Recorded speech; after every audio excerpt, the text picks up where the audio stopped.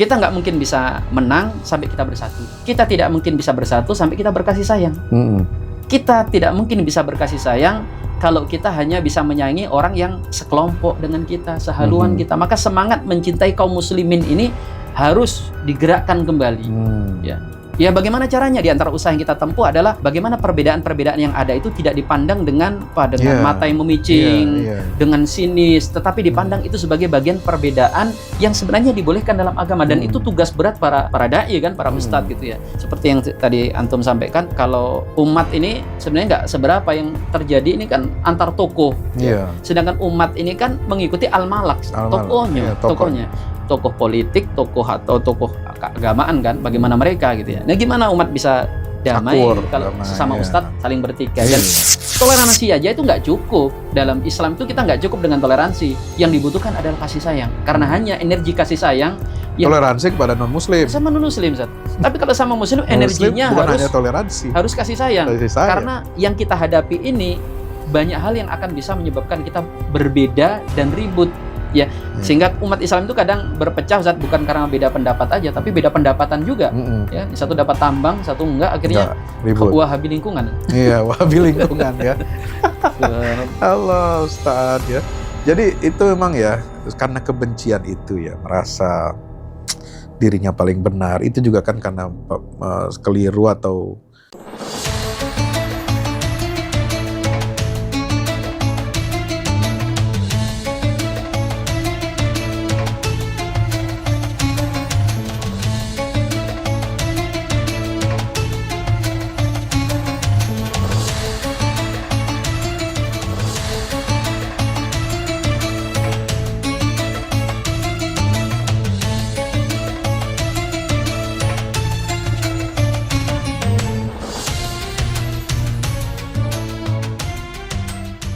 Bismillahirrahmanirrahim. Assalamualaikum warahmatullahi wabarakatuh. Teman-teman, para pemirsa nge-share, ngobrol bersama Ustadz Fahmi Salim. Alhamdulillah, kali ini kita kedatangan tamu spesial. Tamu jauh dari Samarinda. Ya, Samarinda ini Kalimantan Timur. Ya, itu nggak jauh dari pusat IKN. Ya, Ustadz ya. Masya Allah, ini beliau orang asli Kalimantan Timur, dari Samarinda datang. Beliau ada jadwal kajian dakwah di Jakarta dan sekitarnya, termasuk sampai ke Bogor di puncak kemarin. Bersama kita sekarang Ustadz Ahmad Syahrin Thorik. Assalamualaikum, Ustadz. Waalaikumsalam warahmatullahi wabarakatuh. Masya Allah, apa kabar? Alhamdulillah sehat, Ustadz. Terima kasih banyak bisa duduk sama antum lagi. Masya Allah. Iya, dulu sebelumnya pernah juga beliau kemari sudah, tapi waktunya udah agak malam. Sehingga nggak ada kru juga yang standby di sini untuk bisa kita podcast. Berharap kita waktu itu pengen podcast juga. Nah, sekarang kesampaian, dan alhamdulillah kali ini kita ingin ngobrol-ngobrol panjang lebar ya dengan beliau ini. Sebagai sosok dai dan ustadz yang sudah banyak berkeliling Indonesia ya, menyampaikan pesan-pesan dakwah, dan yang paling penting adalah yang menarik dari beliau ini adalah pesan-pesan persatuan ya, persatuan di antara umat Islam, fikih al-i'tilaf, bagaimana fikih kita untuk menyatukan, menautkan hati walaupun berbeda, ikhtilaful mazahib, berbeda mazhab di tengah-tengah ahlus sunnah wal jamaah. Bahkan mungkin juga dengan selain ahlus sunnah wal jamaah, bisa dengan Syiah, bisa dengan Mu'tazilah, dengan kaum liberal sebagainya. Yang penting harus ada kalimatun sawanya gitu ya. Nah, Ustadz Ahmad Syahrin ini bisa sedikit ceritakan, Ustadz, teman-teman ini banyak yang ingin tahu latar belakang antum, lahir di mana, kapan, dan kapan ke Mesirnya itu. Sebab beliau ini walaupun agak dekat jaraknya dengan saya, tapi saya nggak pernah jumpa gitu. Rupanya di lain kota, ya studi di Al-Azhar di daerah gitu ya. Silakan, Ustaz. Bismillah, alhamdulillah, salatu wassalamu ala rasulillah. Bahagia sekali, Ustaz, bisa ketemu lagi dengan antum. Sebenarnya kesini niatannya bukan, gak pantas lah kalau ngobrol masalah ilmu dengan antum ini. Ada harus istifadah seharusnya. Tapi ya karena namanya dhaif, doyuf, tamu ya, itu seperti betul. kalmayit, Betul. ya. Harus sesuai dengan namanya mayit harus siap diurus sama yang masih hidup. Baik ya Ustaz, Hukum Ahmad Syahrin Thorik, Ya. Junior antum senior kami di Al Azhar. Waktu itu kami di daerah Dimyat, Ustaz. Daerah Dimyat. Ya, sebelumnya sempat di Fakus, kemudian ke Zagozig, kemudian di Zagozig dipindah ke Dimyat. Ya, tapi sekarang informasinya untuk Dimyat ini kota pesisir ya? Pesisir. Sebelum Alexandria atau setelah? Oh enggak, arahnya ke arah Tonto. Oh, arah ke Tonto. Ya. Jadi di sana, dan informasinya sekarang nggak bisa lagi pelajar-pelajar wafidin ke daerah. Semuanya sekarang terkonsentrasi di Kairo. Nah, jadi antum berangkat masuk tahun berapa? 2004. 2004. Ya, Iya, 2008. Saya masih di sana. Antum masih di sana ya? Masih. Sedang menulis waktu itu. Informasinya yaitu tadi, padahal harapannya ketika anak ngirim putri anak ke sana itu supaya merasakan, karena beda Ustaz. Kalau di daerah itu biahnya beda lah. Mereka bisa langsung bersentuhan sama masyarakat Mesir, apalagi daerah pedesaan. Ya, sekarang ada putrinya sekarang belajar di sana. Ada di sana. Cuma nggak bisa ke daerah. Ya, betul, nggak bisa. Dan salah satu sebab musababnya, informasinya kemarin ngobrol-ngobrol sama Ustadz Bakhtiar, beliau S2 di sana, katanya ya yang di daerah ini kadang kurang terkontrol, Ustadz. Ya, karena ya mereka belajar ke Al Azhar, anggapan orang ya mereka setelah kembalikan membawa bendera Azhar lah. Paling tidak kalau toh ada beda, ya beda, nggak beda-beda banget. Tapi menurut pengamatan dari guru-guru kita di Azhar, banyak yang sekembali ke sana itu pemikirannya aneh dan nyeleneh dalam tanda kutip gitu kan. Dan itu dianggap sebagai bagian daripada hasil belajar di Al Azhar. Ya. Kaitannya misalnya dengan kelompok tertentu dan sebagainya, dan itu yang Al Azhar nggak mau, sehingga harapannya dengan dikonsentrasikan di Kairo itu bisa diawasi lah, paling tidak pakem Al Azharnya tidak meleset gitu informasinya. Nah, tapi juga kan kalau terkonsentrasi di Kairo semua terlalu banyak, membludak, dan ini juga menimbulkan masalah-masalah sosial. Zaman kita aja dulu sudah jadi masalah, apalagi hari ini kan. Dulu masih 3.000, 3.500 ya. Sekarang sudah di atas 10.000 gitu ya. Jadi kalau terkonsentrasi di Kairo juga sebenarnya ada minusnya juga. Iya, betul. Tapi mungkin barangkali tadi pertimbangan supaya lebih terkontrol ya. Dan kalau bisa sih memang walaupun di daerah bisa terdistribusi dengan baik, tetap juga ada kontrol juga dari pemerintah. Atau dari kami merasakan di daerah itu ada kelebihannya yang tidak didapatkan di kota. Kalau di kota kan teman-teman biasanya kumpulnya sama orang-orang Indonesia gitu kan. Bahkan secara bahasa otomatis yang ngobrolnya kebiasaannya bahasa Indonesia. Hampir nggak ada bedanya dengan di Indo sudah kan. Bahkan dengan bahasa daerah mungkin. Malah belajar bahasa daerah, betul kan. Kita itu yang tadinya nggak ngerti bahasa apa gitu, karena sering kumpul teman-teman Madura, bisa Madura, bahasa Banjar. Tapi kalau di daerah itu ya kita ketemu sama ya teman-teman Arab Mesir asli kan. Terus juga biasanya di daerah itu kita dituntut untuk langsung ngaplikasikan ilmu, Zat. Kan biasa diminta imam, diminta ceramah gitu. Ya, itu biasa itu ya. Biasa kita diminta khutbah gitu kan. Sama orang Mesirnya. Sama orang Mesir. Nah, itu kita betul-betul merasakan hal yang tidak dirasakan oleh teman-teman belakangan ini. Ada keuntungannya di daerah gitu. Ada keuntungan di daerah seperti itu ya. Nah,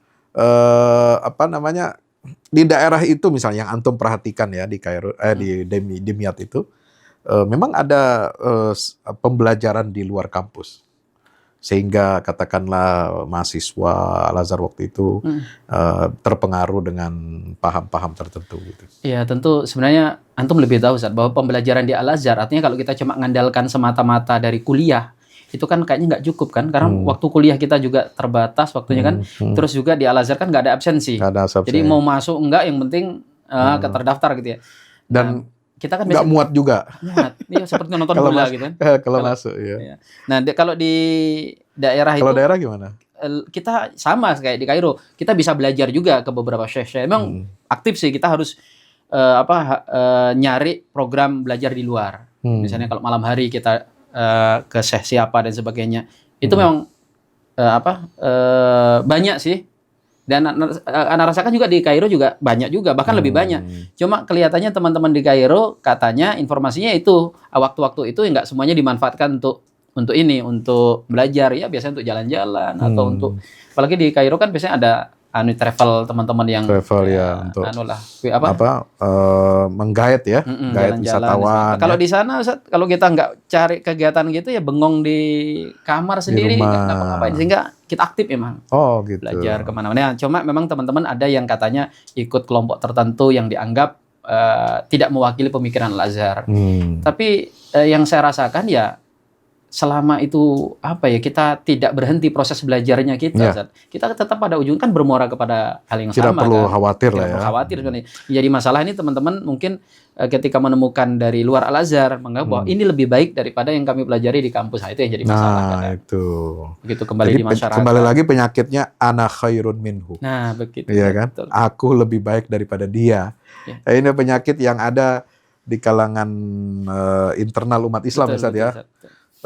Kalau umatnya sih mungkin nggak separah itu, tapi kadang-kadang yang parah ini Ustadz, ini justru ustadznya yang ditokohkan di masjid di komunitas itu merasa lebih baik dari yang lain semuanya salah, kemudian tidak mau saling diskusi, tidak mau berdialog, artinya ya hanya pakai kacamata kuda saja gitu, hanya searah dan sepihak gitu ya. Nah. Kira-kira kalau tadi Antum menyinggung tentang tidak mewakili pemikiran Al-Azhar. Memang pemikiran Al-Azhar itu seperti apa, Ustaz? Apakah memang di luar itu Al-Azhar tidak menerimanya? Misalkan di Mesir itu kan ada yang paling besar ya, kelompok itu kan Jamaah Salafiyin, kemudian Jamaah Ikhwanul Muslimin. Ya, walaupun ini Ikhwan ini bukan pemikiran resmi, bukan pemikiran keagamaan, bukan sekte keagamaan atau aliran keagamaan, dia kan ormas. Tapi Salafi juga menjadi ormas pada akhirnya kan, bahkan bikin partai politik. Betul. Gitu ya. Jadi Ikhwan itu kan lebih kepada dia gerakan politik Islam gitu ya. Nah, kira-kira ini 3 arus utama ini di Mesir ini. Ini kan yang sekarang turunannya kepada teman-teman kita, adik-adik kita terutama, yang baru-baru lulus nih, 5 tahun, 10 tahun terakhir, itu kenceng banget. Polarisasi antara yang menjaga asolah pemikiran Al-Azhar ya, dengan manhajnya, yang memilih Asy'ari Maturidi, kemudian fikihnya 4 mazhab, dan tasawufnya juga gitu kan. Nah, dengan 2 kelompok kekuatan sipil Islam yang ada di Mesir, dan ini merambah ke mana-mana. Itu Antum memandangnya seperti apa dan bagaimana kita menyikapinya nih? Sebenarnya jawabannya singkat aja, Ustaz. Mas'ul a'lamu minas sa'il. Nah, kita mau explore buat pemirsa nih. Dan kadang-kadang bingung pemirsa ini. Ini sama-sama Ustadz dari Mesir kok begini berantem gitu kan? Benar. Kita ketahuilah bahwa di Al-Azhar itu kita melihat pemikiran itu tidak hanya satu ragam gitu ya. Sehingga ketika ada misalnya alumni Al-Azhar yang dalam tanda kutip anti dengan kelompok tertentu, anti dengan tokoh tertentu yang padahal selama ini dianggap sebagai salah satu tokoh utama dalam dunia keilmuan kan. Sebut misalnya Syekhul Islam Ibnu Taimiyah, itu Ibnu Qayyim. Terus ada sikap alumni dari Al-Azhar atau ulama-ulama yang ada di kita ini dalam tanda kutip memusuhi lah, ya, atau mungkin cenderung mengatakan bahwa ini bukan bagian daripada ulama yang bisa diambil ilmunya. Itu kan jelas kekeliruan yang nyata, karena kita tahu muqarrar kita sendiri pun tidak bisa bersih, tidak mungkin lepas dari sosok-sosok seperti Syekhul Islam Ibnu Taimiyah, nggak mungkin, karena kita belajar ini ngambil kutipan dari beliau. Apalagi kalau muqarraratul mazahib. Iya, apalagi beliau kan, dan jasa daripada 2 tokoh ini bagi kaum muslimin tidak akan mungkin diingkari kecuali oleh orang yang memang buta sama sekali, ya, buta sejak lahir gitu ya. Dia buta kalau dewasa aja masih melihat gitu ya. Atau misalnya yang hendak menganggap bahwa Al-Azhar itu pemikirannya adalah pemikiran ala Ikhwan misalnya, kan nggak seperti itu. Yang kita ketahui bahwa Al-Azhar itu mengakomodir pemikiran-pemikiran. Terlepas kemudian memang ini yang dimuqarrarkan, ini yang menjadi mazhab resminya. Ya. Tetapi pemikiran di sana sangat moderat gitu kan. Kita terbiasa dengan perbedaan, wong fikih aja kita 4 mazhab. Walaupun di sana mazhab resmi negaranya adalah mazhab Hanafi kan Ustaz kan. Gitu. Nah, sebenarnya pesan-pesan ini yang harus kita sampaikan kepada masyarakat Indonesia, bahwa ketika kita melihat misalnya satu pemikiran dari ulama kita, katakan yang alumni Timur Tengah, itu tidak serta-merta mereka mewakili bahwa seperti inilah hasil didikan yang ada di sana dalam makna yang negatif. Bukan cuma Al-Azhar, misalnya Madinah, kita nggak bisa katakan alumni Timur Tengah Madinah atau Mekah itu cenderung katakan saklek gitu kan. Karena kalau kita lihat yang diajarkan oleh ulama-ulama di sana pun mereka berbasis 4 mazhab kan. Muqarrarnya Bidayatul Mujtahid wa Nihayatul Muqtasid kan gitu. Mengajarkan 4 mazhab. Sehingga lebih kepada pribadi daripada si ustadz itu. Ya biasalah dimanapun orang kalau baru sabuk putih biasanya lebih galak daripada sabuk hitamnya kan gitu kan. Nyari-nyari musuh ya. Nah, gitu kan. Nah, contoh aja kayak ini baru saja tadi jadi diskusi sama teman-teman. Contoh saja misalnya kasus tentang sikap terhadap perbedaan mazhab dalam akidah. Ada Asy'ariyah, ada Maturidiyah, ada Asariyah atau kita sebut nanti ada Wahabiyah dan sebagainya kan. Nah, itu kan kalau kita merujuk gitu dari ulama atau ustadz-ustadz kita yang alumni Al-Azhar seakan-akan mengatakan bahwa ya Ahlus Sunnah itu cuma Asy'ariyah, Maturidiyah. Ya, kelompok yang mau diistilahkan dengan Wahabi Salafi itu tidak masuk ke dalam kelompok Ahlus Sunnah wal Jamaah. Padahal faktanya tidak seperti itu. Kalau kita mau merujuk kepada referensi yang benar dari keilmuan ulama-ulama di Mesir, khususnya Al-Azhar. Atau sebaliknya, misalnya kita mau merujuk kepada ulama-ulama yang ada di Arab Saudi, yang kita sebut ulama Wahabi. Apakah mereka serta-merta mengatakan bahwa Asy'ari Maturidi ini adalah kelompok sesat atau gerakan-gerakan Ikhwanul Muslimin, Tabligh ini adalah kelompok di luar Ahlus Sunnah? Itu kan enggak. Fatwa dari Lajnah Daimah itu jelas memberikan penjelasan kepada kita bahwa kelompok-kelompok harokah-harokah seperti itu, mereka adalah bagian daripada keluarga besar Ahlus Sunnah wal Jamaah dengan segala kelebihan dan kekurangannya. Tetap kan mereka mengatakan demikian gitu. Dan itu akan sangat berbeda kalau sudah kita dapatkan dari alumni-alumni dari sana. Ya, misalnya kita akan buka tulisan Allah Yarham, ya, moga Allah rahmati beliau. Siapa yang beliau sudah wafat itu penulis mulia dengan manhaj salaf. Oh, Ustaz Abdul Qadir. Ustaz Abdul Qadir Jawas rahimahullah taala, Allah yarham. Itu kan beliau jelas ketika menyebutkan firqah-firqah. Iya. Itu kan Asy'ariyah, Maturidiyah, Mu'tazilah. Bayangkan wong ketika peperangan pemikiran itu kan yang attack counter itu kan Asy'ariyah berhadapan dengan Mu'tazilah. Kemudian disandirkan gitu ya. Terlepas dari dari itu semuanya kita lihat bahwa kesan itu tertangkap. Yang mengkanter pemikiran batiniyah, jelas. Ya, Al-Ghazali dengan Fadailul Batiniyah dan lain-lain. Jadi kalau berbicara kita mau jujur secara sejarah dan ilmiah, yang terdepan dalam menghadapi ini musuh-musuh akidah gitu kan, atau mereka yang menyimpang dalam akidah Asy'ariyah. Dan itu juga menjadi semacam jawaban, Ustaz. Kenapa banyak dalam tanda kutip mereka yang tersalah katakan. Kita bicara kelompok-kelompok umat Islam itu kan ada kelebihan kekurangannya. Mungkin sebagian kita akan mengatakan Asy'ariyah ini banyak salahnya. Ini bisa menjadi udzur. Seperti halnya misalnya kita katakan teman-teman yang sedang berjuang di Palestina, ya, para pejuang-pejuang itu banyak melakukan kesalahan gitu. Itu bukan maksud kita membenarkan kesalahan ada pada mereka, tetapi potensi mereka untuk salah itu memang besar karena mereka berada di posisi yang posisi itu mengharuskan mereka untuk bersikap cepat dan tepat. Nah, iya.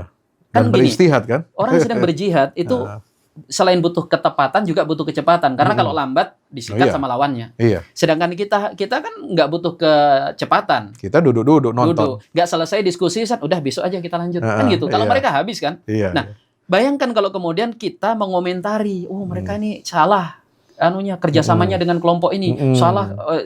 Ya, kita nggak mengatakan ketika ada yang mengkritik para pejuang itu kita bilang ente jangan itu nggak ada salahnya, itu bukan malaikat, jelas mereka ada kesalahannya. Pasti. Tapi komentar Anda dengan nyinyir kemudian sampai yang tidak berdasar itu justru menunjukkan ketidakpahaman Anda kepada makna perjuangan. Nah, maka mungkin hal yang sama Ustaz, ketika Asy'ariyah gitu kan di tingkat ilmu kalamnya itu sampai terlalu dalam ke masalah filsafat misalnya kan. Itu sangat dimungkinkan karena ya yang dilawan ini orang yang mengedepankan rasionalitas. Maka nggak mungkin dibantah dengan sesuatu yang tidak kan senjata yang sama dilawan dengan senjata yang sama gitu kan. Itu paling tidak kalau kita mau memahami sejauh itu kita akan mengetahui bahwa oh ya saudara kita itu karena posisi seperti ini. Kan gitu Ustaz. Ya, pasti ada zalatnya lah ya. Iya, ada zalatnya. Seperti misalnya Ana pernah diskusi dengan beberapa teman gitu. Mereka mengatakan bahwa Ikhwanul Muslimin itu banyak salahnya begini. Terus kami ini terjaga, tidak berpecah.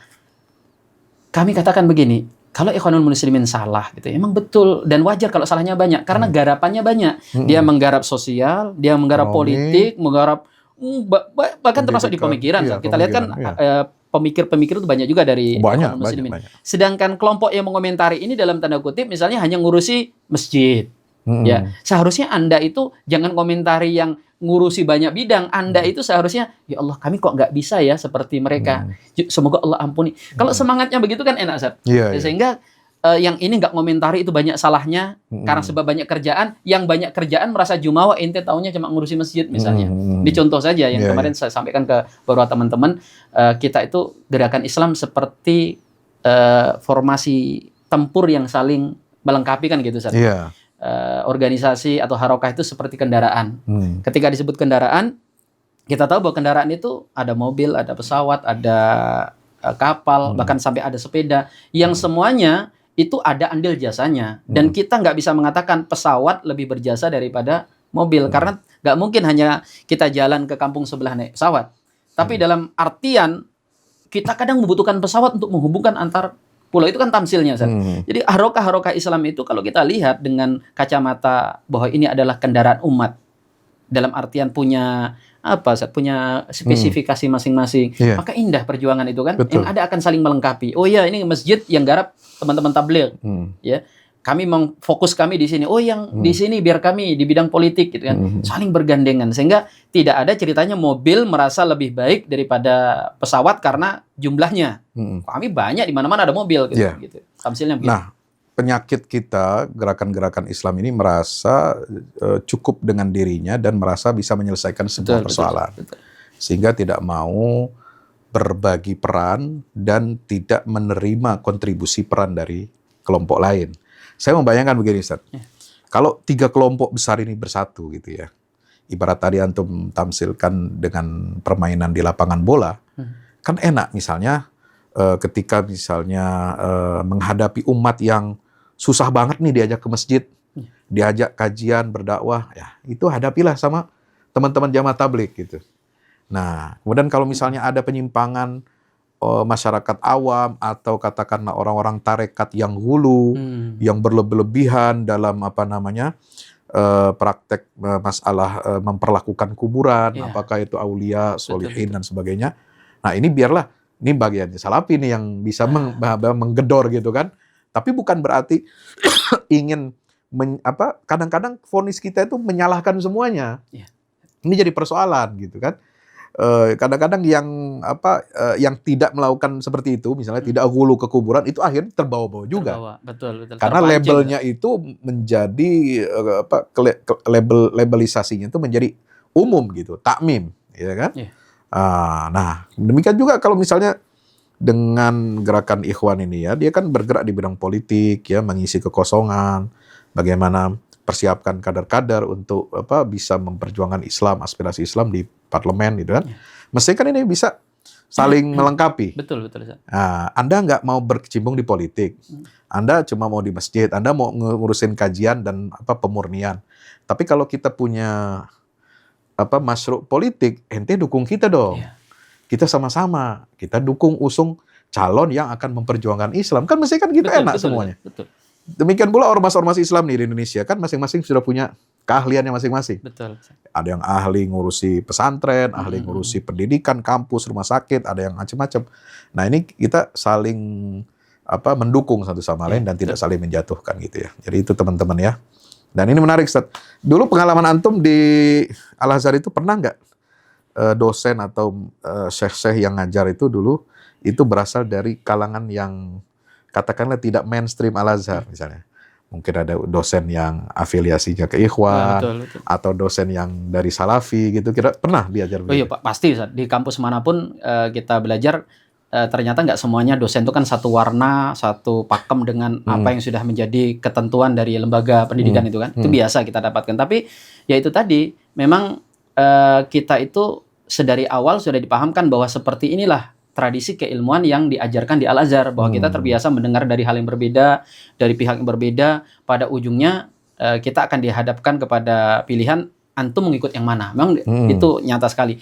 Walaupun kita sudah diberikan kan, basicnya begini dan sebagainya. Dan saya merasakan tidak menjadi masalah yang cukup berarti. Pada ujungnya sikap kedewasaan kita itu akan membuat kita, oh ya ini yang bisa kita pakai. Oh ini yang mungkin hanya sekedar wawasan dan sebagainya.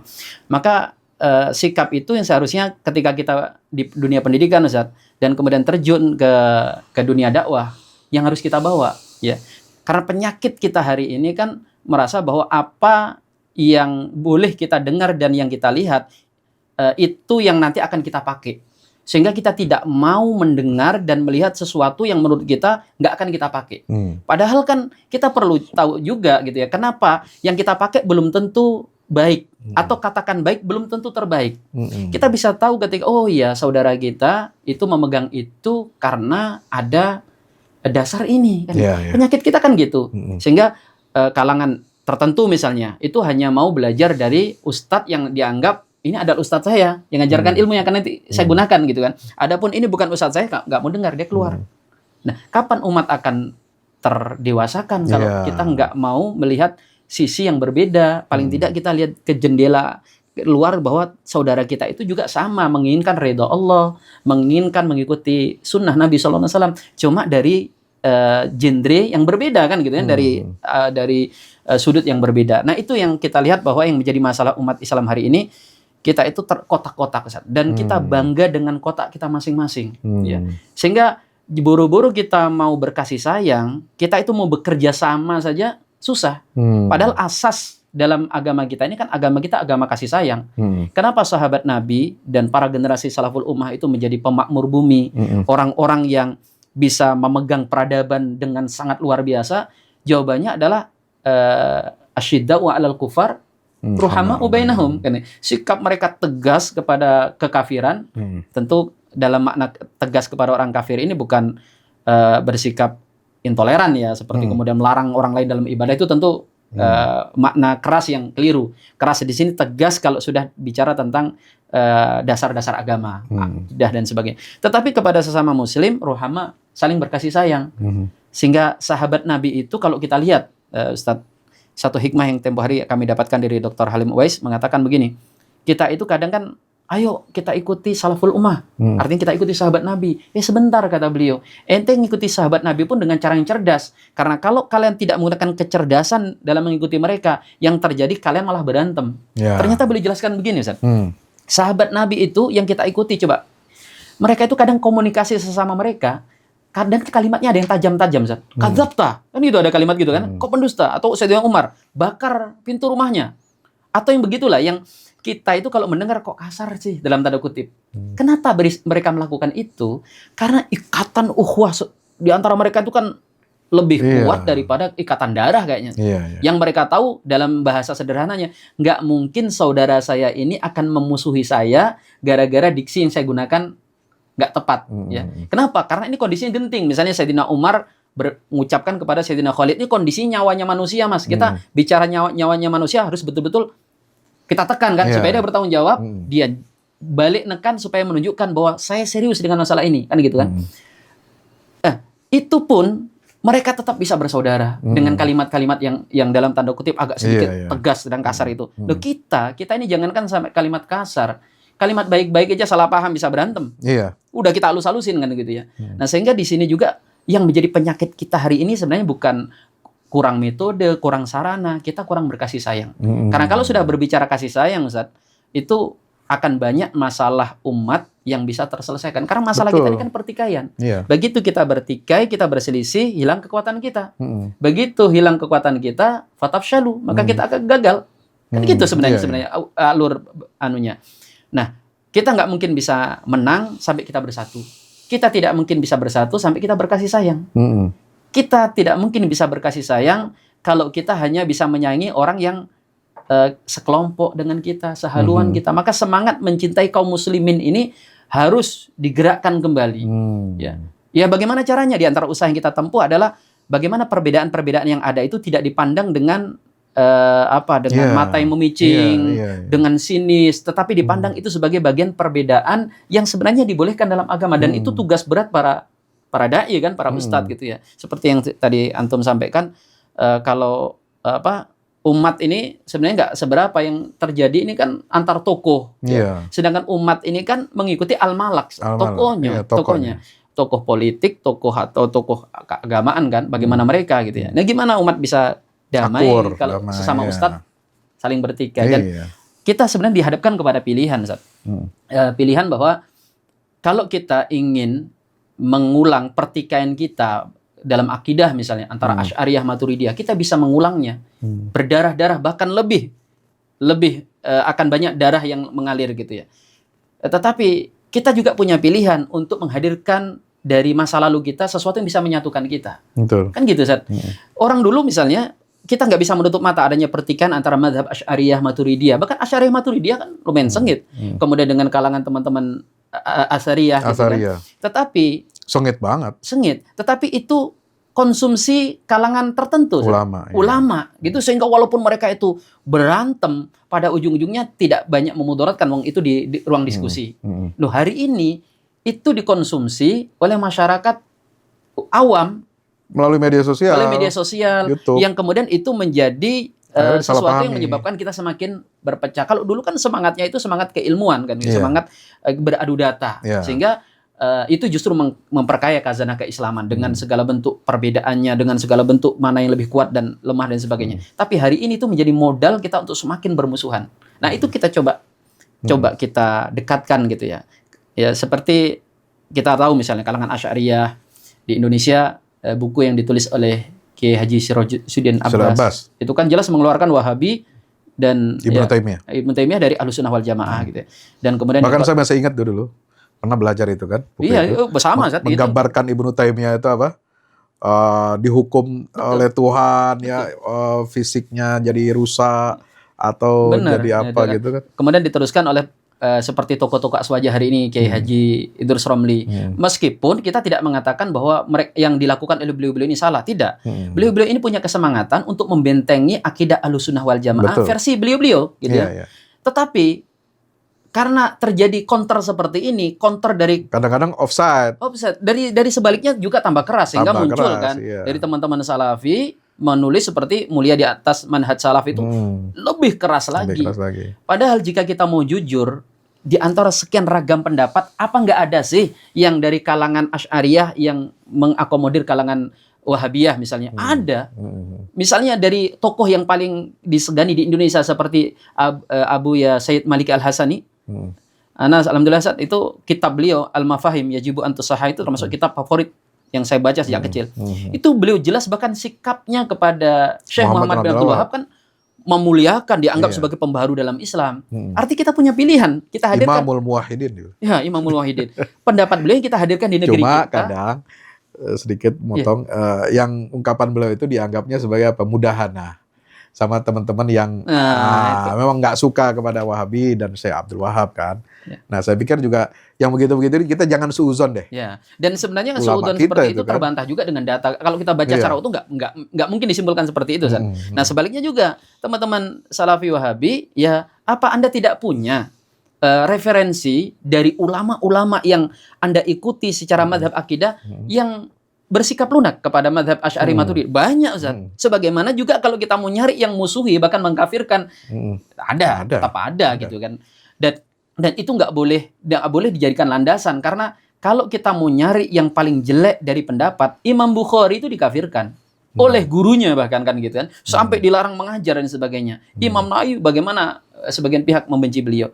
Tapi agama kita ini kan mengajarkan sedari awal, agama kita itu agama data. Islam itu menyampaikan bahkan sampai amunisi musuh-musuh Islam untuk menyerang kita, itu didapatkannya dari mana, Ustaz? Kalau tidak dari sumber-sumber Islam. Karena saking jujurnya Islam, itu kan sampai hadis palsu pun dicantumkan oleh para ulama. Bukan ulama hendak mengajak kita mengamalkan hadis palsu, tapi supaya Anda tahu bahwa kami itu kalau bicara tentang nilai-nilai keilmiahan, kami nggak perlu Anda ajari. Ya, karena ulama tahu nanti hadis itu walaupun dicantumkan palsu kan bisa dipindai. Oh, ini palsu dan sebagainya. Yang repot udah nggak ada di hadis sahih, di hadis palsu nggak ada juga. Nggak ada, ya kan repot, Ustaz. Nah, itu sebenarnya pesannya adalah bahwa bukan mentang-mentang ada di kitab kemudian itu bisa kita gunakan. Intinya di situ. Kadang-kadang begitu ya, sebagian thalabul ilmu begitu. Kan nggak bisa. Yang penting ada di kitab gitu. Padahal kita harus mencari yang paling bisa mensaudarakan kita. Karena apa? Karena persaudaraan itu adalah asas dari asas-asas agama kita. Sebaliknya ada dalam bahasa ulama, saya lupa Ustaz. Mungkin antum bisa ingatkan, ada ulama yang mengatakan bahwa perpecahan dan permusuhan itu adalah tazyinnya iblis. Ini adalah pestanya, perhiasannya iblis. Jadi kalau kita malah justru gembira dengan sesuatu yang mendatangkan perpecahan, kita itu jangan-jangan bukan dakwah ilallah kan gitu ya. Kita sudah berdakwah kepada mendakwahkan dakwahnya iblis kan gitu ya. Ana khairu minhu tadi itu kan. Nah, sehingga jadi di satu sisi menentang atau mencela hizbiyah, tapi tapi prakteknya mengajak kepada hizb. Kullu hizbin bima ladaihim farihun. Nah, gitu. Sama dengan kalimat misalnya, kan banyak kadang teman tuh nggak sadar bahwa justru mereka itu memukul air di dulang terpercik muka sendiri kan. Misalnya sunnah itu menyatukan, bid'ah itu memecah belah. Kalimat itu kalimat mulia, betul. Tapi kenapa harus ditembakkan kepada teman-teman ente berpecah belah karena bid'ah? Bersatulah dalam sunnah. Tapi dalam fakta kenyataannya, apakah Anda bersatu? Justru kita lihat pertikaian dari kelompok-kelompok yang mendaku di atas sunnah tidak kalah buas daripada kelompok-kelompok yang dikatakan sebagai ahli bidah. Dan itu tidak ada yang tidak mengetahuinya kecuali orang buta kan misalnya. Bagaimana teman-teman salafi dari kelompok ini juga menghujat dari kelompok itu, menganggap keluar dari ahlu sunnah. Nanti yang ini dihujat lagi sama yang ada di atasnya. Jadi khilafiyat bainahum itu asyad itu. Lebih kuat ya. Sama saat ketika ada orang menyikapi ini perbedaan antara mazhab, kemudian disolusinya dengan ditarjih. Saya tidak mengatakan antum nanti dari Muhammadiyah nggak ya. Kan ada tarjih kan. Kita tidak mengatakan bahwa tarjih bukan solusi. Salah satu solusi. Tapi kalau dianggap sebagai satu-satunya solusi bahwa harus ditarjih dari pendapat mazhab, masalahnya kemampuan mentarjih itu kan bukan kemampuan kaleng-kaleng, Ustaz. Harus orang dengan kualifikasi tertentu kan, atau lembaga bahkan. Dan efeknya diantaranya adalah kalau orang berbeda mazhab itu kalau toh berbeda nggak sampai pada tingkat sengit. Tapi kalau sudah berbeda di tarjih itu bisa saling mensesatkan karena menganggap ini yang sahih, Anda yang tidak sahih, bahkan dianggap salah. Itu kan berarti ibarat senjata itu sudah tajam. Itu contohnya yang kita harapkan dari teman-teman dai itu bagaimana agar sederhananya apa yang bisa membawa kepada persatuan umat itu yang kita hadirkan kepada umat kita ini ya, karena kalau kita ajak mereka berantem, memang berantem itu pernah dilakukan oleh para pendahulu kita, cuma mereka berantem dengan etika, dengan adab, dengan akhlak, dengan kemuliaan jiwa mereka. Sedangkan kita hari ini berantem, mengulang, tapi adabnya ketinggalan, Ustaz. Etikanya nggak kita bawa, sehingga yang kita hasilkan adalah permusuhan.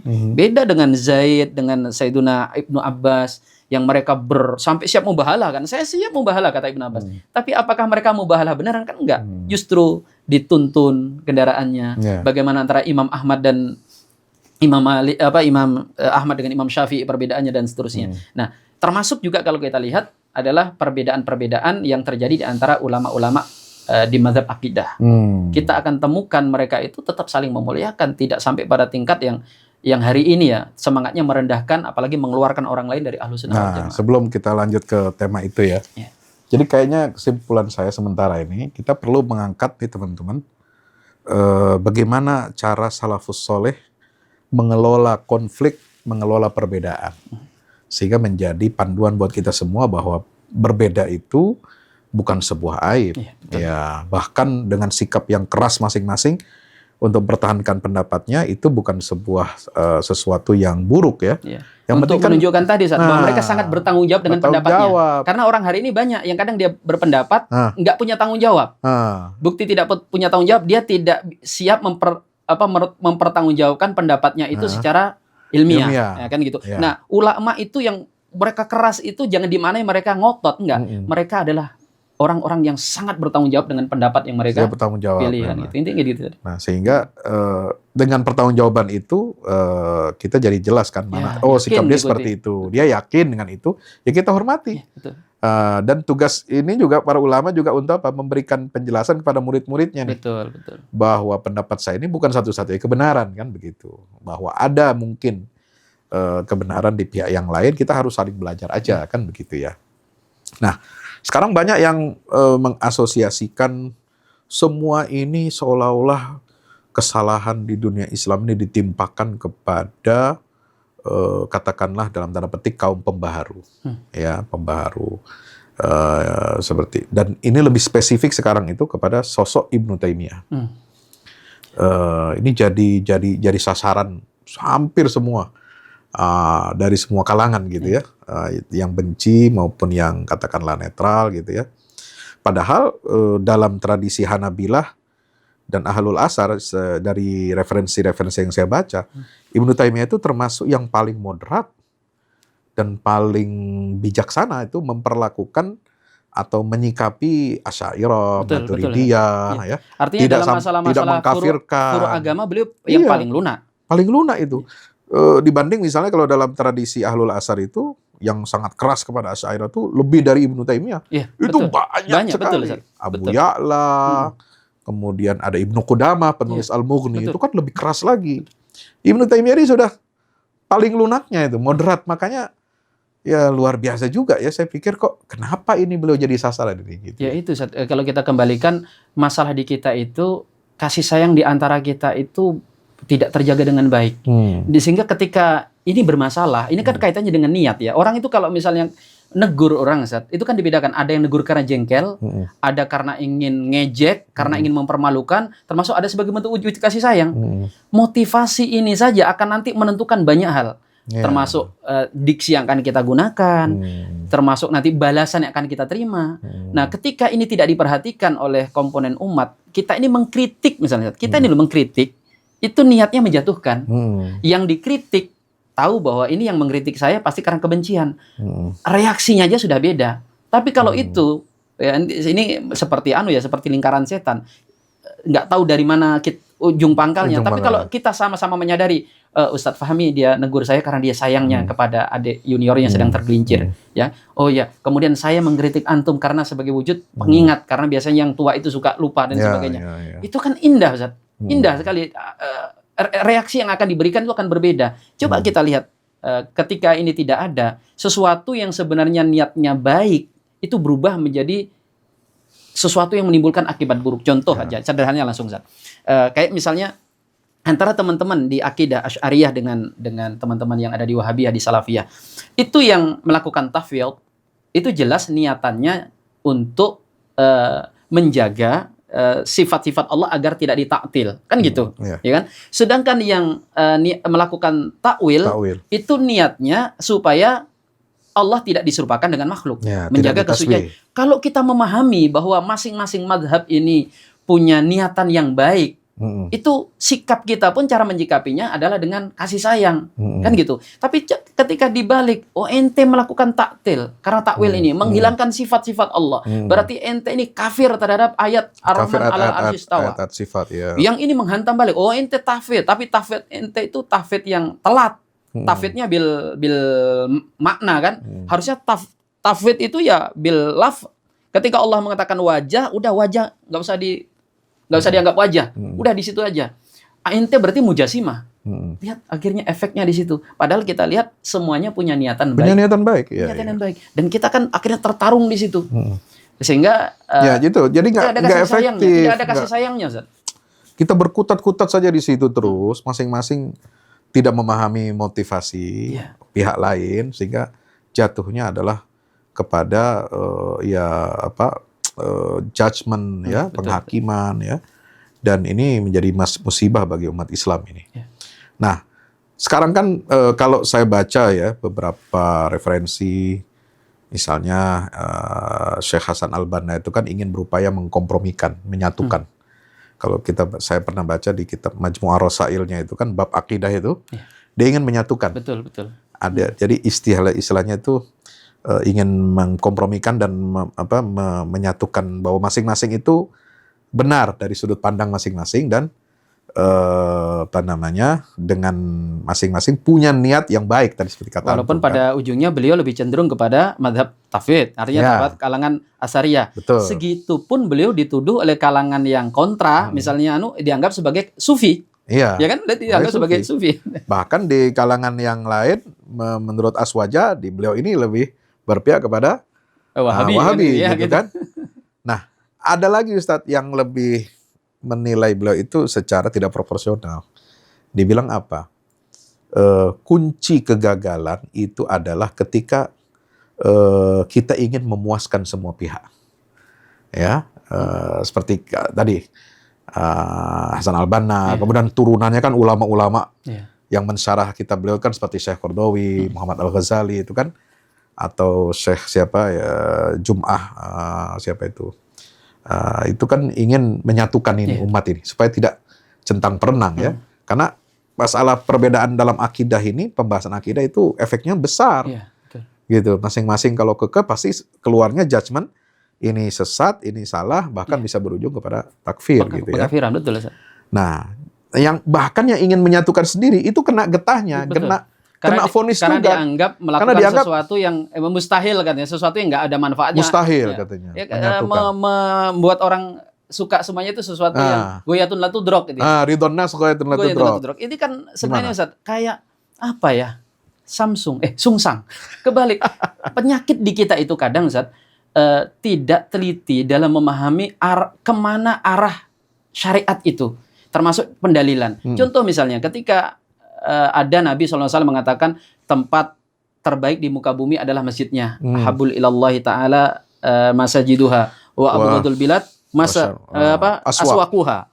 Itu kan sebagian kemudian salah paham, memahami masjid itu tempat mulia, pasar tempat yang buruk, sehingga kemudian ada semangat sebagian kelompok yang meninggalkan pasar, menganggap bahwa Islam itu hanya di masjid, pasar itu tempat yang buruk. Padahal hadis itu sebelum nyampe kepada kita itu tentu lewat para sahabat Nabi. Artinya mereka tahu hadis-hadis itu kan. Apakah gara-gara ada hadis itu Nabi para sahabat berhenti dari pasar? Kan enggak. Justru mereka menjadi pelaku-pelaku pasar yang kemudian menutup sistem Yahudi kan gitu ya. Nah, berarti kan kita gagal paham betul dengan hadis Nabi itu. Sama dengan misalnya hadis iftiraq. Ini juga yang sekarang lagi populer. Nabi ketika menyebut umat ini pecah menjadi 73 dan yang selamat itu satu, itu dipahami kadang begini. Ketika kita melakukan takrib, pendekatan, apa katanya? Itu antum mustahil Ustaz. Wong Nabi sudah ngomong kalau umat ini akan pecah menjadi 73. Itu sudah Nabi sudah ngomong. Bayangkan betapa gagal pahamnya. Karena kalau kita lihat hadis ini dan kemudian penjelasan para ulama tentang hadis tersebut, semangatnya bukan begitu. Nabi itu memperingatkan, awas loh ya, jangan ikut Yahudi Nasrani. Jangan ikut Yahudi dan Nasrani berpecah belah, meninggalkan tuntunan Nabi kalian, meninggalkan risalah syariat kalian. Karena kalau kalian lakukan itu, kalian akan terpecah. Dan perpecahan di kalian bahkan bisa lebih banyak daripada Yahudi dan Nasrani. Kan gitu pesan yang tidak disampaikan oleh Nabi. Nabi itu kan, makanya jangan pecah belah. Makanya tetap berpegang teguh kepada tali Allah. Wa'tasimu bihablillah jami'an wala tafarraqu. Tapi oleh kalangan ini dipahami Nabi seakan-akan ngutuk. Betul. Tak kutuk kamu nanti jadi 73. Ini kan gagal paham yang fatal. Nah, itu dia. Peringatan rambu-rambu, misalnya di jalan awas ada gitu, kita pahami bahwa kita sedang divonis bahwa di sini kita pasti celaka kan. Nah, celakanya lagi Ustadz, kalau saya memahami dari situ, itu kan Yahudi Nasrani kan diceritakan dalam konteks buruk ya.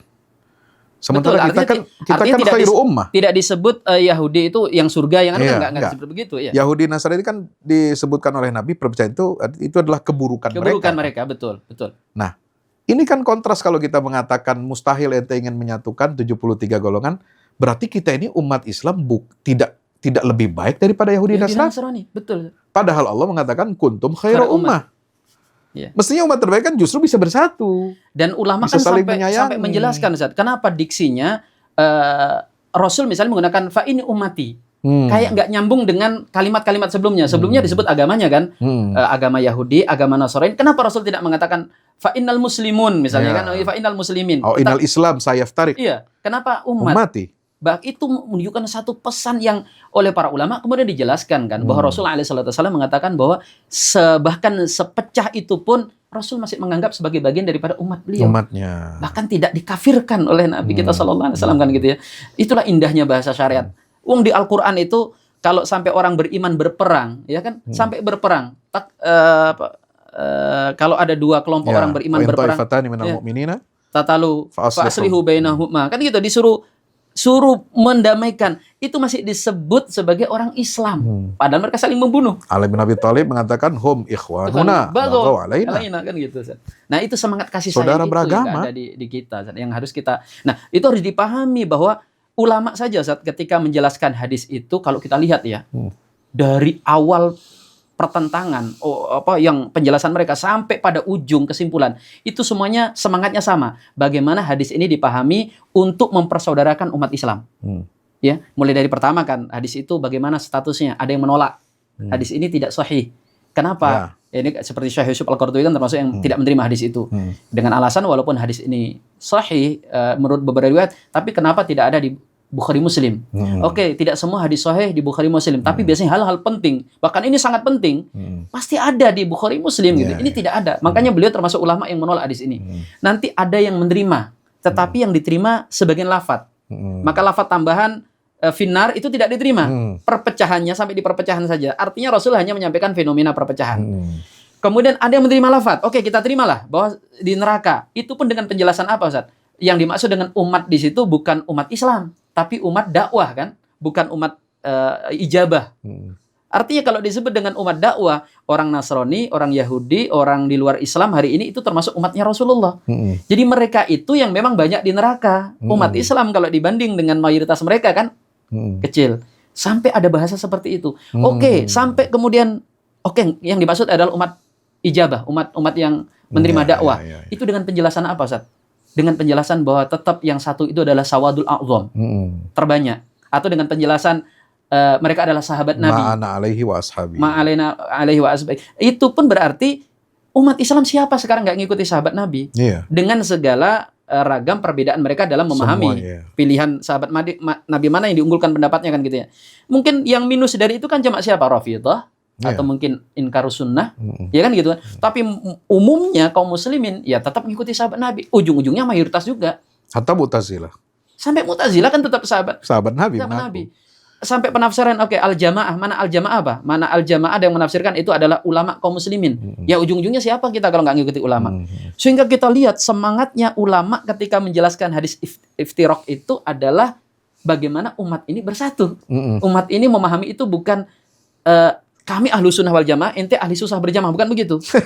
Gitu, nah, hari ini hadis yang segamblang itu, sejelas itu kemudian dipahami dan dijadikan sebagai amunisi untuk mengatakan kami dan kelompok kami yang masuk surga, sebagian besar di neraka. Kan bahaya sekali. Itu akhirnya kita mengkerdilkan umat Islam, ya kan? Padahal Rasul sallallahu alaihi wasallam di hadis-hadis sahih riwayat Bukhari mengatakan apa? Inilah arju antakunu nisfa ahlil jannah. Aku berharap kalian itu nanti akan menjadi penghuni separuh penduduk surga. Bayangkan, padahal Rasulullah kan beliau kalau secara usia baru 1.500 tahun. Sampai hari kiamat baru berapa waktu sih? Itu beliau berharap sebagian besarnya penduduk surga, separuhnya itu adalah dari umat beliau. Kemudian semangat kita mengkerdilkan umat beliau. Kan terbalik. Atau sabda Nabi SAW, kullu ummati dakhalal jannah, kullu ummati yadkhulunal jannah illa man aba. Ya. Rasul kemudian ditanya, "Waman ya'ba ya Rasulullah?" "Waman ata'ani dakhalal jannah wa man asani faqad aba." Di sini aja di kalimat Nabi, walaupun ada yang mengatakan, itu kan jelas tuh, banyak yang orang memaksiati Nabi nggak masuk surga. Tapi lihat kalimat Rasul. Rasul dari awal sudah mengatakan semua umatku masuk surga. Kalau Rasul hendak mengatakan banyak umat yang masuk neraka, kalimatnya pasti berbeda, Ustaz. Mungkin kalimatnya begini, umatku semuanya masuk neraka kecuali yang mentaati aku. Kan bisa dibuat begitu. Nah, berarti sedikit yang masuk surga. Semua pesan-pesan yang kita dapatkan dari Nabi yang sahih, yang mutawatir, itu justru menunjukkan beliau sangat optimis umat beliau adalah yang paling banyak masuk surga. Atau sebagian besar masuk surga. Bahkan kemudian Rasul mengatakan, kata zawadu wadudul walud. Menikahlah engkau dengan itu kan. Fa inni mukassiru bikum umam yaumal qiyamah. Itu kan semangat yang Rasul hendak sampaikan kepada kita. Ketika kita kemudian justru memaknai sebaliknya, kita itu secara tidak langsung seperti mengatakan begini, Nabi itu gagal didik umat. Ya kan? Itu yang bahaya tuh. Kan umat berarti Rasulullah nggak pintar-pintar amat, masuk dari sekian banyak, sebagian besar sesat, sebagian besar hanya sebagian kecil saja yang masuk surga. Nah, artinya di sini ada blank spot atau apalah istilahnya yang sangat fatal di masyarakat kita. Sebabnya apa? Karena kebencian di antara kita sudah mendarah daging. Kebencian, semangatnya begitu. Sehingga kita ini mau berpindah dari kebencian ke kasih sayang. Ini aja prosesnya tentu proses yang tidak sederhana. Mulai dari memahamkan, dari kebencian akhirnya sudahlah mulai agak islah, baru kemudian semangat paling tidak saling toleransi. Toleransi aja itu nggak cukup. Dalam Islam itu kita nggak cukup dengan toleransi. Yang dibutuhkan adalah kasih sayang. Karena hanya energi kasih sayang yang Toleransi kepada non-muslim. sama non-muslim, Ustaz. Tapi kalau sama muslim energinya bukan harus hanya toleransi. harus kasih sayang. Kasih sayang. Karena yang kita hadapi ini banyak hal yang akan bisa menyebabkan kita berbeda dan ribut. Ya, sehingga umat Islam itu kadang berpecah, Ustaz, bukan karena beda pendapat aja, tapi beda pendapatan juga. Ya, satu dapat tambang, satu enggak, akhirnya ribut. Wahabi lingkungan. Iya, Wahabi lingkungan ya. Allah Ustaz ya. Jadi itu memang ya karena kebencian itu ya, merasa dirinya paling benar. Itu juga kan karena keliru atau memahami teks-teks. Itu kan kita harus bijaksana juga ya. Nah, yang menjadi tadi the point yang menarik tuh buat saya itu bahwa kalau kita mengandaikan atau memastikan ya bahwa lebih banyak umat Nabi yang masuk neraka, ya kan, berarti kan seolah-olah kita mengatakan bahwa Nabi gagal mendidik umat atau ulama pun gagal mendidik umat, gitu kan. Nah, ini penyakit ini sama nih dengan tuduhan Syiah kan, yang mengatakan sahabat Nabi semuanya kafir kecuali hanya 4. Berarti Nabi gagal dong mendidik sangat gagal. Makanya ada dalam sebuah kalimat ulama, kalau kita bertanya kepada Musa, kalau kita bertanya kepada orang-orang Yahudi, siapa yang terbaik dari kalian? Maka orang-orang Yahudi akan mengatakan para pengikut sahabat-sahabatnya Musa. Kalau kita bertanya kepada kepada orang Kristen, siapa pengikut terbaik dari kalian? Ya, para Hawariyun. Ya, orang-orang sekeliling. Tapi kalau kita bertanya kepada Rafidhah, siapa orang terburuk dari kalian? Ashabun Muhammad. Berarti nabinya gagal. Gagal, dan itu kan parah sekali. Hal yang seperti itu sebenarnya nggak butuh dibantah pakai data ilmiah, pakai akal sehat aja sudah nggak bisa diterima gitu. Termasuk mereka meyakini bahwa Quran itu yang ada sekarang ini tidak asli, katakan tapi palsu. Karena berkurang. Karena banyak kurang kan. Terus yang asli di mana? Disimpan katanya sama Imam Mahdi. Loh, emangnya Al-Quran ini dokumen milik keluarga apa? Hanya diketahui oleh keluarganya Nabi Muhammad SAW gitu kan? Terus tidak boleh diketahui oleh sahabat umatnya sampai hari kiamat kan gitu. Artinya logika-logika itu kan kita bisa memakai akal sehat. Betul, San. Bahwa ini ajaran nggak benar gitu. Dan masalahnya yang seperti itu sekarang bukan hanya dimonopoli oleh teman-teman dari orang-orang Rafidhah, tapi dari orang-orang yang katakan hari ini kritis ya, yang katanya mendobrak kemapanan. Itu kan kalimat-kalimat itu dikeluarkan. Misalnya Quran itu ada yang hilang. Makanya ada kan dokter di negeri kita ini yang mengatakan itu ada 2 surah yang katanya hilang. Ya. Padahal yang hilang, yang dimaksud hilang itu ya doa kunut nazilah itu. Atau yang mengatakan bahwa Quran baru dikanonisasi di Kairo. Ya. Tahun 24. Iya. Baru ada pencetakan. Itu kan lucu sekali, dan masalahnya yang kemudian terpengaruh itu, kalau yang nanya itu jemaah orang awam, kok ada informasi begini, saya masih bisa ngerti orang awam. Ada ustadz yang benar Ustadz, informasi begini, ya Allah, itu gimana kita itu keimanan kita kepada Al-Quran? Kalimat antum tafakuhnya Fiddin itu benar apa enggak sih? Padahal kok itu bisa nggak butuh data ilmiah, pakai akal sehat saja. Nggak gitu. Kayak mereka, kayak lontaran orang-orang di luar Islam. Quran itu baru dituliskan sejauh sepeninggal Nabi SAW. Itu kan berarti punya potensi Quran itu ada yang hilang.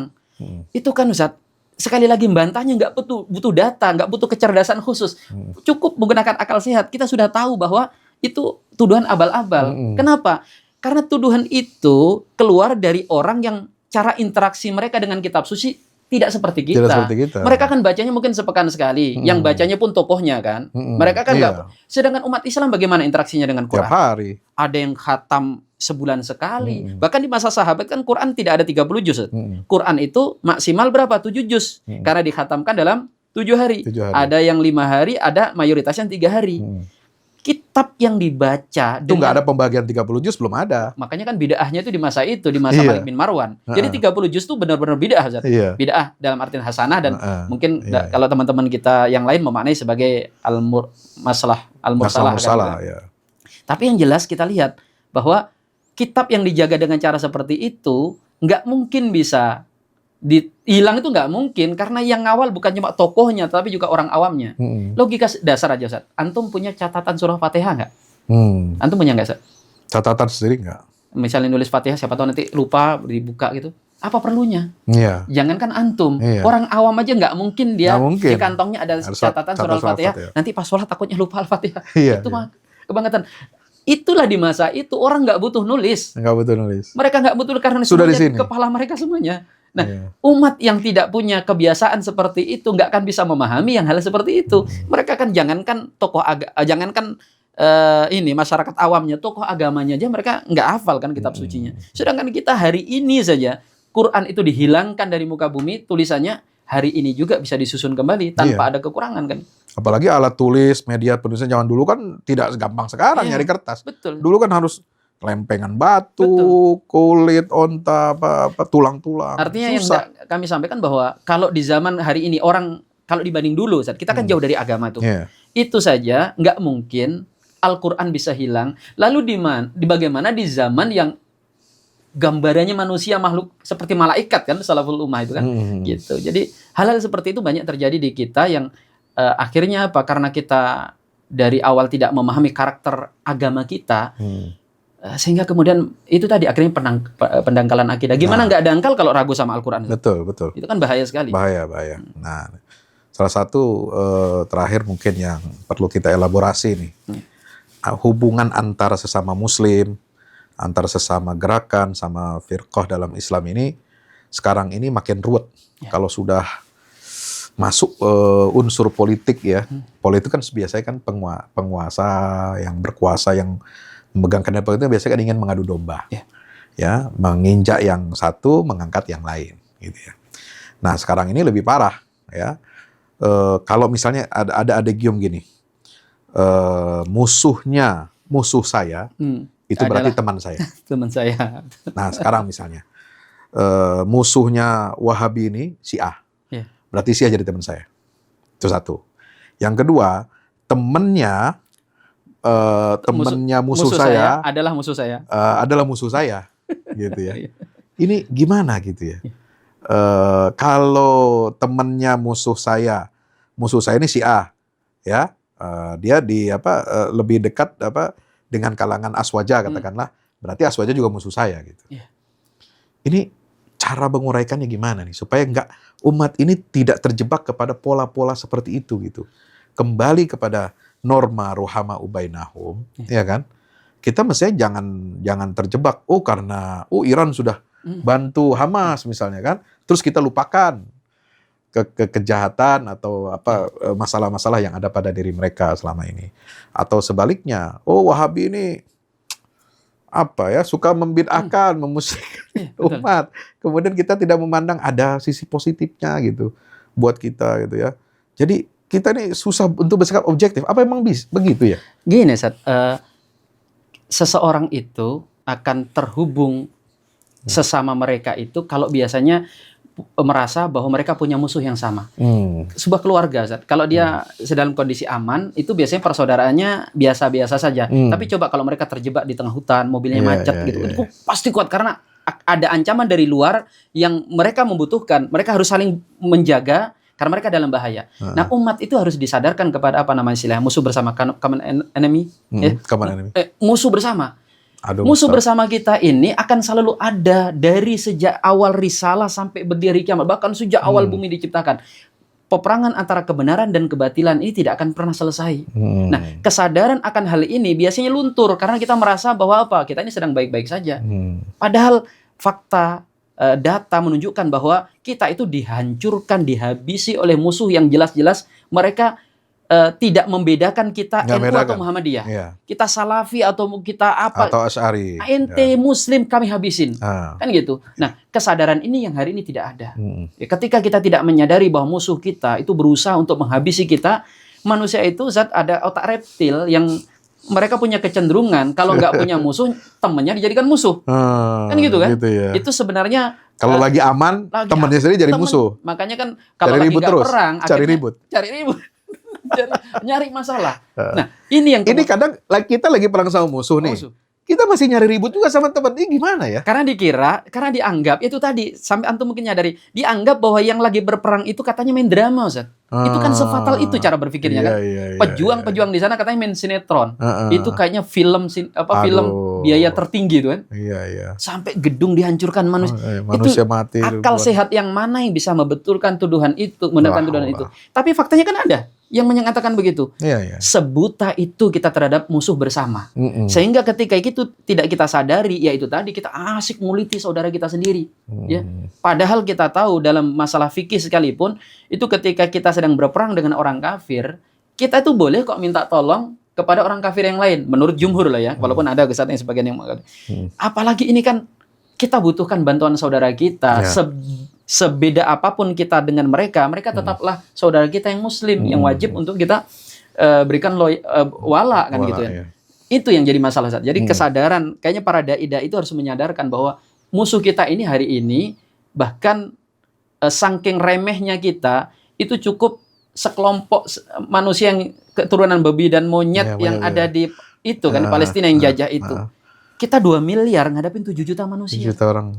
Itu tidak menunjukkan apapun kecuali kita ini lemah selemah-lemahnya. Kenapa kita lemah? Karena kita menghabiskan energi kita untuk ribut masalah Wahabi dan Asy'ari dan kan itu potensi kita berpecah di situ. Dan pada ujungnya kan kita akan bertanya, bagaimana solusi atas masalah ini? Solusinya, Ustaz, langkah yang bisa kita lakukan. Kalau kita tidak bisa mengobati, minimal jangan memperparah penyakit yang sedang diidap umat ini.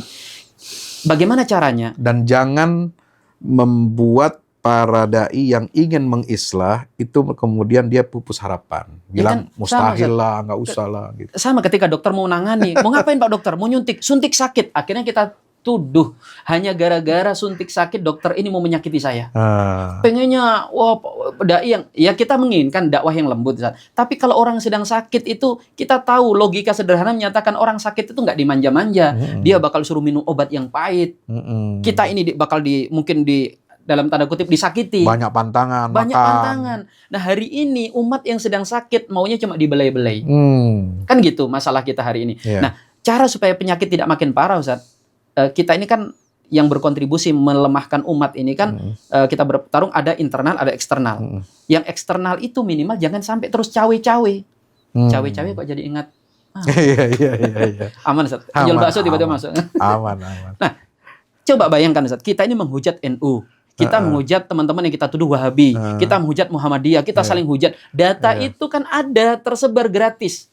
Sehingga musuh-musuh Islam itu tidak perlu melakukan kajian yang mendalam untuk menghancurkan kita. Mereka tinggal ngambil data-data yang gratis itu digunakan untuk menghancurkan kita. Kemudian diekspos oleh mereka, gitu kan?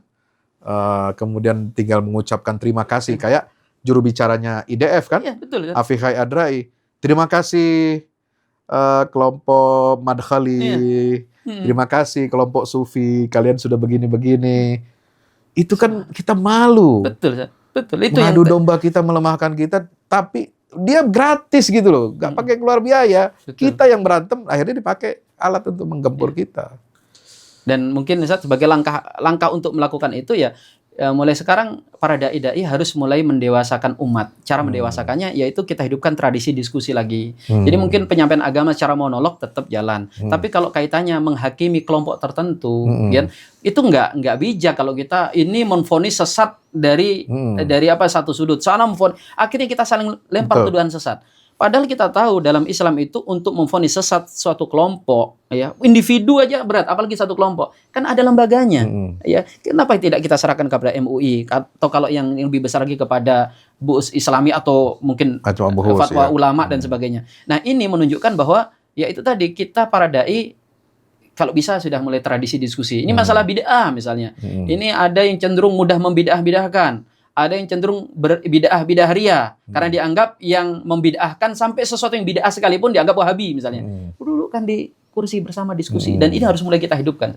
Dan antum sebagai senior kami kalau bisa ya jangan yang diundang cuma satu-satu, kalau bisa 3, 4 diskusi. Ada. Sehingga umat itu kalau tetap toh berbeda, perbedaan mereka sudah berbeda dengan yang kemarin. Kalau kemarin semangatnya itu suudzon, kebencian, sekarang berbeda tapi dengan memahami. Oh iya saudara saya ternyata yang kemarin kita wahabikan itu nggak sewahabi banget yang dalam bayangan kita. Sebaliknya juga gitu kan teman-teman. Oh yang kita anggap kuburiyun, yang kita anggap ternyata penyembah ini dan sebagainya, ternyata nggak sebegitunya. Mereka juga punya ini kok, gitu, punya aturan gitu kan. Kan itu intinya, Ustaz. Allah. Jadi ini usulan praktis ya buat para dai, kemudian juga bagaimana MUI bisa menjembatani tokoh-tokoh umat, harus menjadi penengah supaya kita ini tidak menjadi orang-orang yang gagal. Betul. Umat yang gagal ini umat yang berbahaya. Kata Syekh Muhammad Al-Ghazali, al-Islam itu qadiyatun adilah fi aidi muhammin fasil. Islam ini adalah kasus ya keadilan yang paling adil di atas muka bumi, tapi menjadi gagal. Kenapa? Karena berada di tangan pengacara pembela-pembela yang gagal. Nah, itulah kondisi kita hari ini. Ya, ayo kita move on. Spirit Muharram harus ada perubahan. Ya, baik di tengah umat maupun di tengah para dai, para ulama. Jangan memperuncing perbedaan. Perbedaan kita akui tetap ada. Betul. Tapi bagaimana kita menyikapinya dengan bijak, dengan arif, ya, dengan penuh kasih sayang, dengan penuh kelembutan, ya, kita menganggap mereka yang berbeda itu sebagai sama-sama umat baginda Rasul Sallallahu Alaihi Wasallam. Kita kedepankan hati yang dingin, dialog, dan menutup celah untuk masuknya musuh-musuh kita, menggunakan celah itu untuk memukul kita semua, dan mereka tidak akan pernah menyayangi dan tidak akan memilah-milah. Betul. Anda mau Sunni, mau Asy'ari, mau Salafi, mau apa, semua kalau Anda menentang saya, kami akan gila semua. Nauzubillah min dzalik. Mudah-mudahan perbincangan kita kali ini membawa manfaat, keberkahan, dan pencerahan buat teman-teman semuanya. Ya, jangan lupa follow ya akun-akun beliau Ustadz Ahmad Syahrin Thorik ya, dan juga stay nyalakan tombol notifikasi channel saya ini. Terima kasih. Nasrun minallah fathun qarib wa basyiril mu'minin. Wassalamualaikum warahmatullahi wabarakatuh. Waalaikumsalam warahmatullahi wabarakatuh.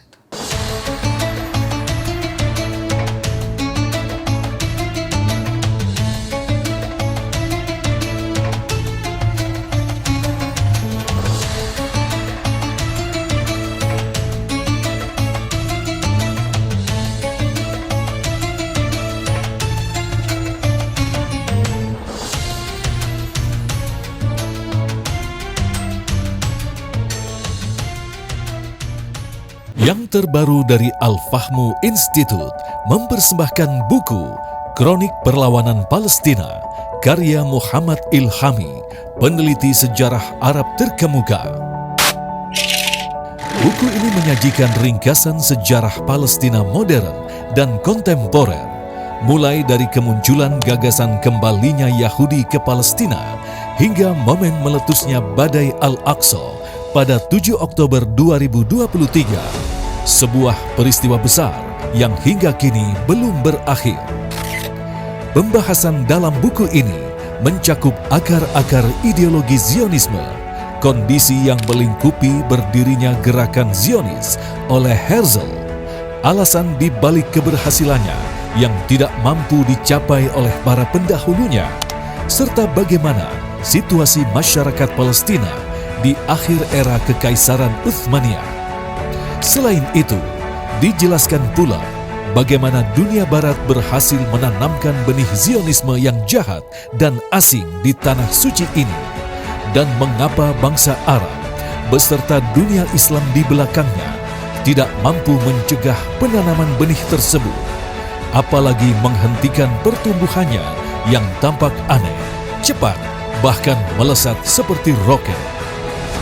Buku ini juga mengulas lahirnya perlawanan rakyat Palestina, tahapan perkembangannya, faktor-faktor yang mempengaruhi kekuatannya, serta momen-momen penting yang menentukan kemajuannya atau kemundurannya.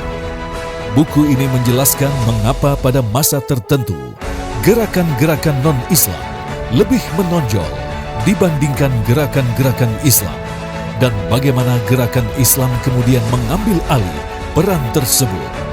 Gerakan Islam inilah yang memimpin pembebasan wilayah pertama di Palestina, yakni Jalur Gaza, sebuah wilayah yang telah melalui 5 pertempuran besar sebelum akhirnya mengejutkan Israel dan dunia dengan melancarkan serangan luas terhadap Israel.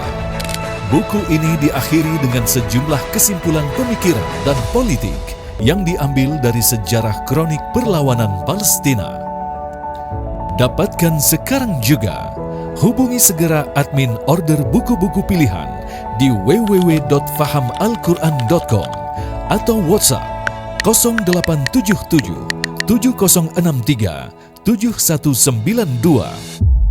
Al-Fahmu Institute, bahagiakan Indonesia dengan dakwah Al-Quran. Baitul Maqdis Institute, ilmu memimpin pembebasan Masjid Al-Aqsa.